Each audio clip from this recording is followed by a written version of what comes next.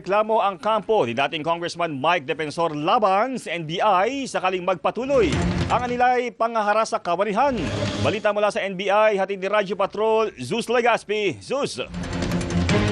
Jeff at Rica hindi malabong magsampa ng reklamo si Attorney Ferdinand Topacio laban sa National Bureau of Investigation o NBI kung magpapatuloy ang umano'y pattern of harassment nito sa kliyenteng si dating Congressman Mike Defensor. Kanina umaga, nagtungo si Topacio sa tanggapan ng ahensya para kumatawan kay Defensor alinsunod sa sampina na inihain hinggil sa alegasyong sinuhulan ng dating mambabatas ang 18 bagmen ni dating Congressman Zaldico. Paliwanag ni Topacio, hindi na personal na nagtungo si Defensor sa ahensya dahil malinaw na pagmamalabis ito sa bahagi ng NBI dahil ipinasampina na rin siya noon hinggil sa parehong issue.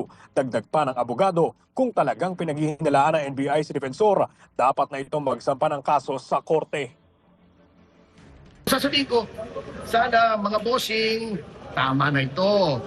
Pwede naman kayo mag-file sa prosecution office ng demanda kung tingin nyo ay ethnic women. Pwede naman kayo complain na yung ex-relasyon eh.